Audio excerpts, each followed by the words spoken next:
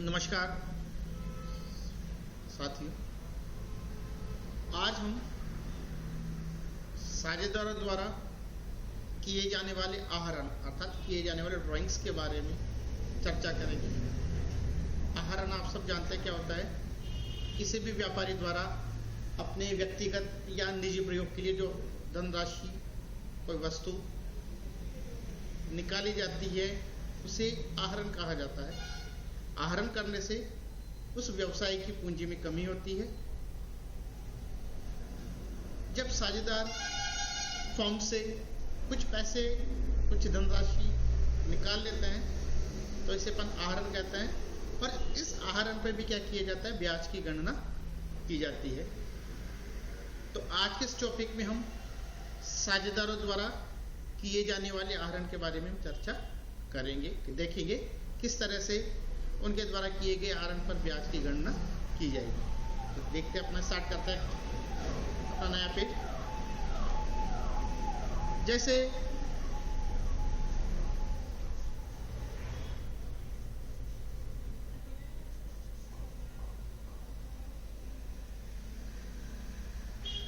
राम और श्याम, दो साझेदार अपने पास में, एक साझेदार राम है और एक साझेदार है श्याम। दोनों साझेदार हैं, दोनों मिलकर काम कर रहे हैं। राम ने 1 लाख रुपए की पूंजी लगाई और श्याम ने 2 लाख रुपए की पूंजी लगाई। ये दोनों का पूंजी है, कैपिटल जिसको अपन कहेंगे।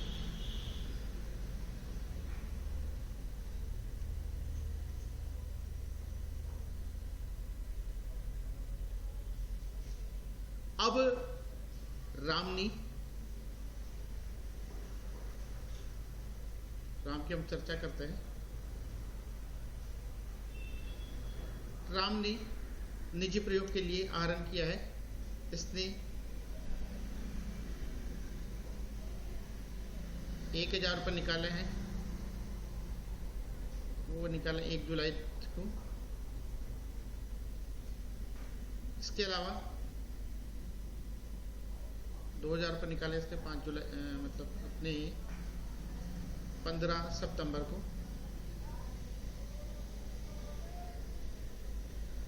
और 10,000 रुपये का इसने आहरण किया है अपने 31 दिसंबर को। अब इनकी ब्याज की गणना किस तरह से की जाएगी, इस तरह से देखते हैं। कुल आहरण तो 13,000 हो गया अपना, और तारीखें अलग अलग है। इधर शाम जो है वो कहता है कि भाई मैं एक साथ निकल आऊं, मेरे को तो तुम हर महीने ही क्या करो, मुझे हर महीने कुछ एक फिक्स राशि दे दो, या तो महीने के प्रारंभ में दे दो या महीने के अंत में दे दो। तो शाम बोलता है ऐसा है, मुझे आप प्रत्येक माह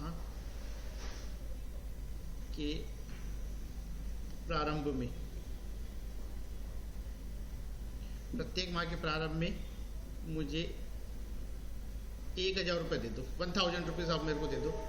तो कुल मिला के 12 महीने तक इसने कितने रुपए का आहरण कर लिया है, 12,000 रुपये का आहरण कर लिया है। अब समस्या ये आती है, हमें 12% की दर से आहरण पर किए गए ब्याज की गणना करनी है। दोनों ने ही आहरण किया है, दोनों के तरीके अलग है। तो अब इनके आहरण पर ब्याज की गणना अपन कैसे करेंगे, ये अपने को देखने वाली बात है। तो अपन टॉपिक पे आते हैं अपने पे। आहरण पर ब्याज की गणना के अपने 2 तरीके होते हैं। कैलकुलेशन अपन करते हैं इंटरेस्ट ऑन ड्राइंग्स की अपन चर्चा करें तो इंटरेस्ट ऑन ड्राइंग्स कैलकुलेट करने के अपने पास में 2 तरीके हैं। दोनों को अपन डायग्राम से देखेंगे।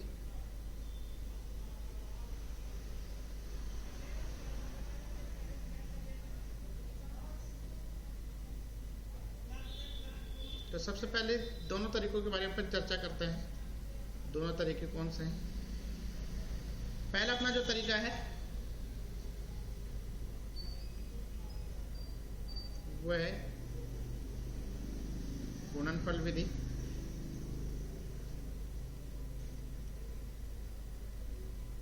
जिसको अपन इंग्लिश में अपन कहते हैं प्रोडक्ट मेथड। Product method. दूसरा अपना मेथड है वो है अपना औसत अवधि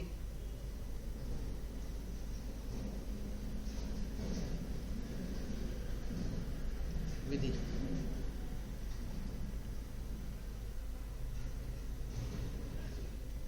इसको इंग्लिश में अपन कहेंगे एवरेज टाइम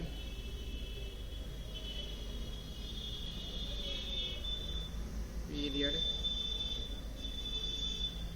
मेथड। इसको तो अपन कहेंगे गुणनफल विधि अपनी कब काम करेगी, ये हमें देखना है कि अपनी गुणनफल विधि अपनी कब काम करेगी।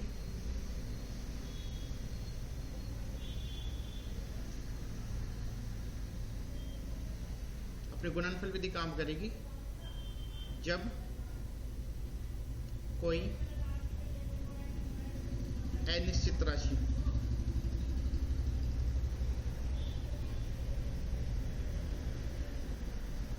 गुणनफल विधि कब काम करेगी, जब कोई अनिश्चित राशि अनिश्चित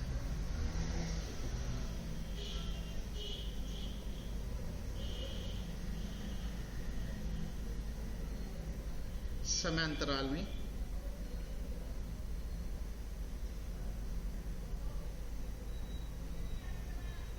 आहरित की जाए।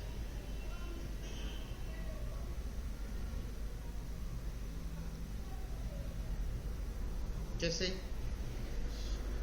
पिछले पेज पे अपन देखें, राम ने अलग अलग तारीख पे देखिए 1000 रुपये निकाला था 1 जुलाई को, 2000 रुपये निकाला था 15 सितंबर को और 10,000 रुपये निकाला था 31 दिसंबर को।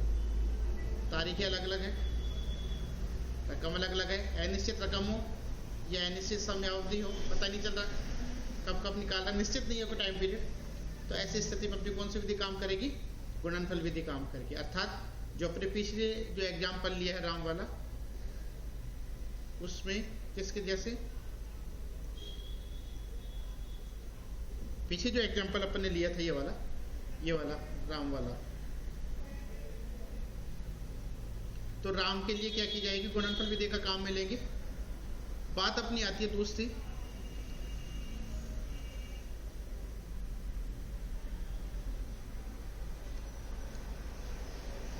औसत अवधि विधि। ये औसत अवधि विधि अपन कब काम में लेंगे, अपन औसत अवधि विधि काम में लेंगे जब कोई निश्चित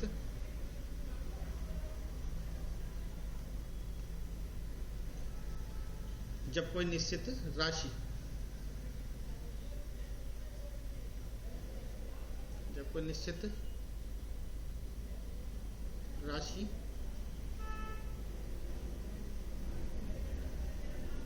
निश्चित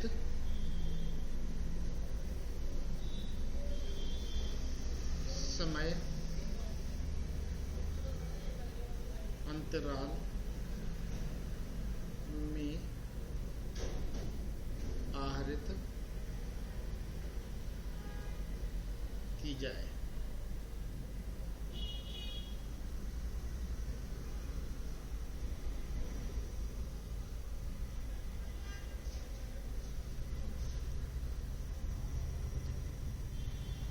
उस समय अपनी औसत अवधि विधि काम करेगी। जैसा कि अपन ने पीछे का अपन एग्जांपल देखते हैं, शाम वाला। शाम क्या कर रहा है, प्रत्येक माह के प्रारंभ में, अर्थात प्रत्येक माह की कब,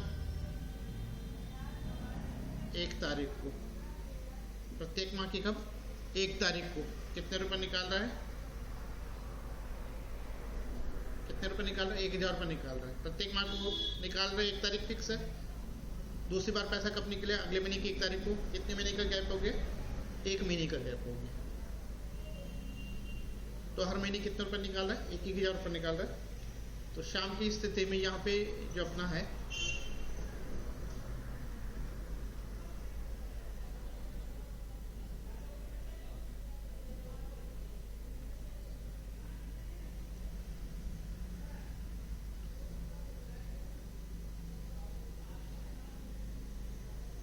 यहाँ पर जो है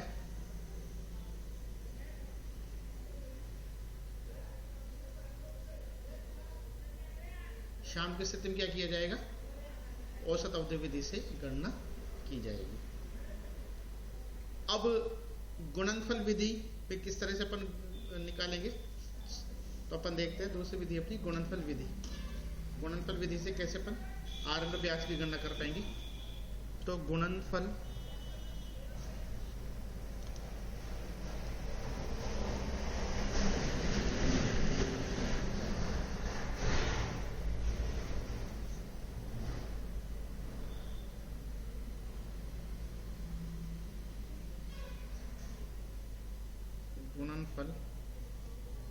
विधि से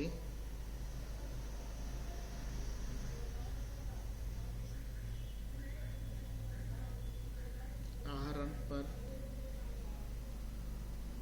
ब्याज की गणना पहली बार कर रहे हैं, थोड़ी सी राइटिंग बैठ नहीं पा रहा है स्टाइलिश की वजह से।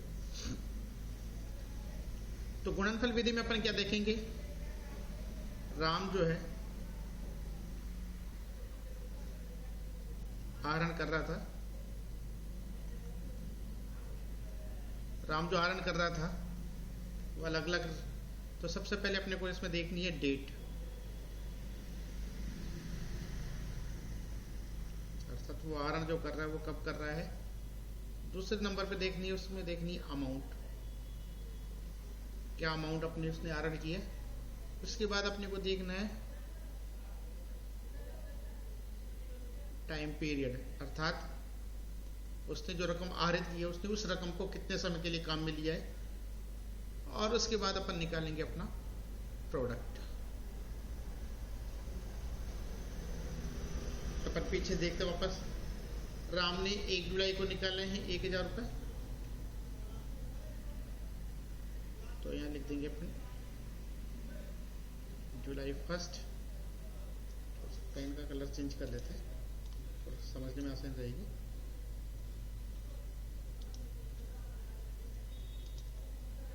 जैसे अपन मान लेते हैं इसको 2020 चल रहा है। उसने पहली बार जो अपना आहरण किया है वो किया है जुलाई 1 को। कितने रकम का किया है? 1,000 रुपये का। तो यहाँ पे रकम कितनी लिख देंगे अपन? 1,000 रुपये। फिर उसने अगला आहरण कब किया है? 2,000 रुपये का किया 15 सितंबर को। तो सितंबर 15, अमाउंट में कितने रुपए लिख देंगे अपन? 2,000। फिर देखेंगे पीछे, राम ने तीसरी बार आहरण कब किया है? 31 दिसंबर को। कितने रुपए का किया है? 10,000 रुपये का।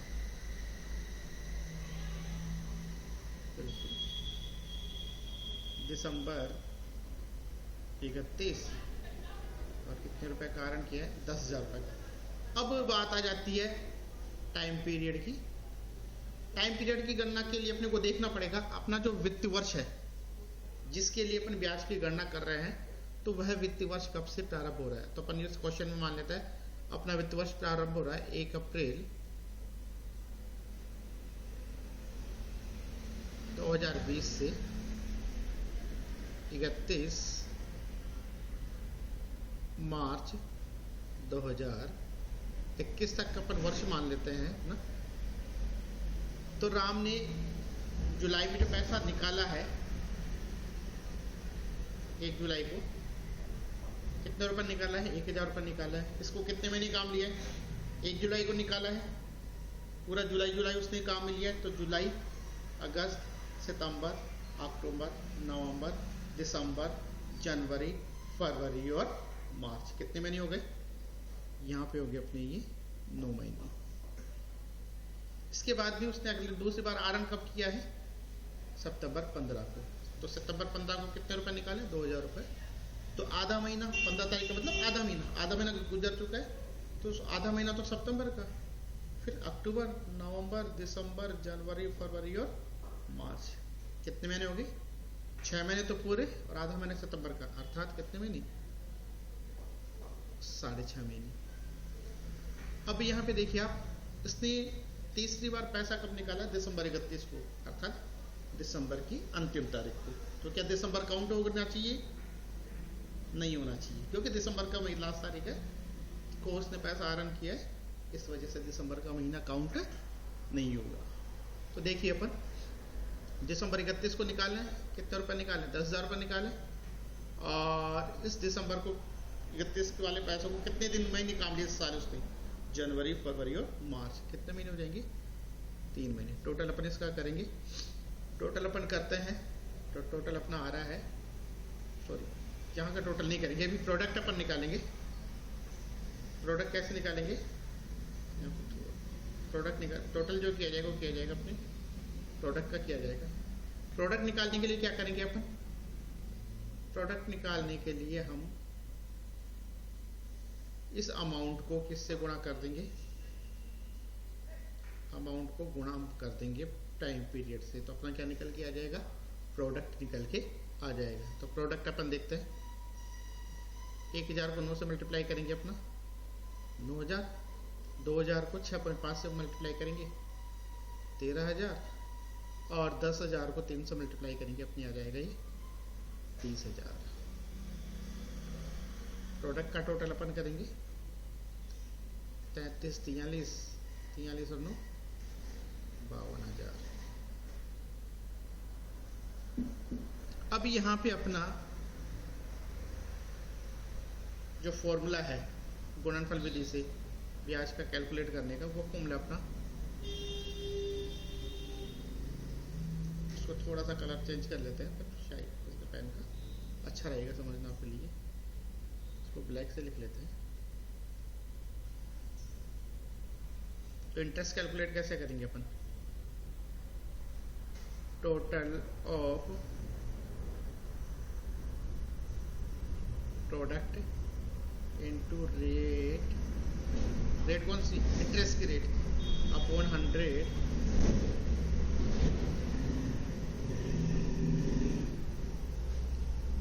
Rate upon 100 into 1/12। 1/12 कब करेंगे? जब रेट अपने को पर एनम में दे रखी है, पर मंथ में दे रखी है, तो फिर अपने को रेट को मतलब यहाँ पे 1/12 लगाने की आवश्यकता नहीं है। तो इस क्वेश्चन में अपने पास में फॉर्मूला ये आ गया। तो अब इसको कैसे अपन कैलकुलेट करेंगे इस क्वेश्चन में? टोटल ऑफ प्रोडक्ट, इस क्वेश्चन में प्रोडक्ट कितना है अपना? 52,000 है। रेट डिफाइन नहीं है, रेट अपन अंडरस्टूड मान लेते हैं, 12% की अपन रेट मान लेते हैं, ठीक है। 12 अपॉन 100 मल्टीप्लाई इंटू 1/12, 12 से 12 कट जाएगा आपका, 00 से 00 कट जाएगी। तो राम पे जो इंटरेस्ट चार्ज किया जाएगा वो कितने रुपए चार्ज किया जाएगा? 520 रुपए चार्ज किए जाएंगे। तो राम्स के लिए अपन ने जो ब्याज की गणना की है, कौन से मेथड से की है अपन ने? गुणनफल विधि से ब्याज की गणना की है।